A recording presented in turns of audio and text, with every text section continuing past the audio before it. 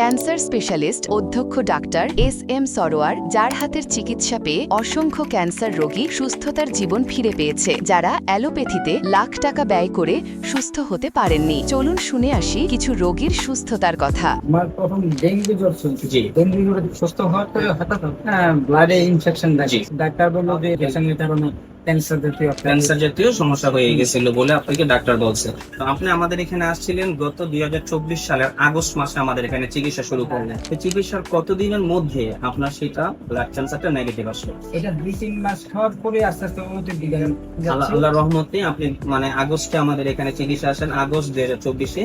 সেখান থেকে 2 মাস চিকিৎসার পরে আলহামদুলিল্লাহ আল্লাহর রহমতে আপনি উন্নতির দিকে আসছেন এবং ভালো আছেন। আচ্ছা, আপনার আব্বার কি হয়েছিল? আমার বাবা ক্যান্সারে আক্রান্ত হয় আজ থেকে আরো 3-4 বছর আগে। যেখানে ডাক্তার ফেরত দিয়ে দিচ্ছিল, ডাক্তার বলছিল বাসায় নিয়ে যান। বাসায় নিয়ে যাওয়ার পরে আপনি হয়তো 2 মাস সময় পাবেন এরকম।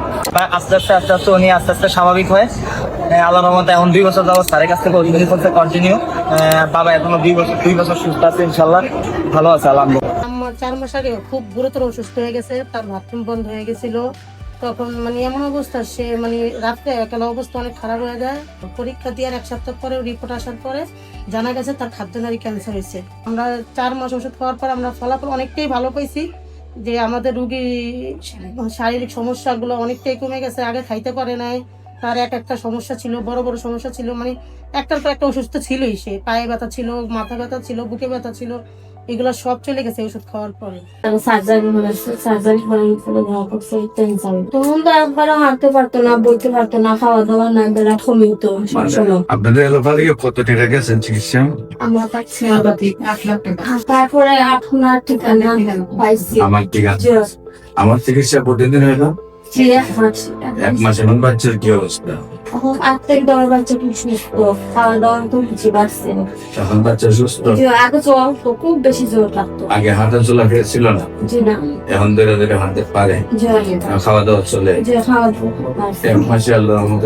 রহমানির রহিম। সম্মানিত দেশবাসী, আমি cancer specialist doctor SM. Sarwar. বিশেষ করে আপনারা জানেন যে সারা ওয়ার্ল্ডের ডাক্তারদের বক্তব্য, ক্যান্সার হলে আনসার নেই, ক্যান্সার হলে মরণবিধি, ক্যান্সার হলে মৃত্যু হবে, এটাই নিশ্চিত।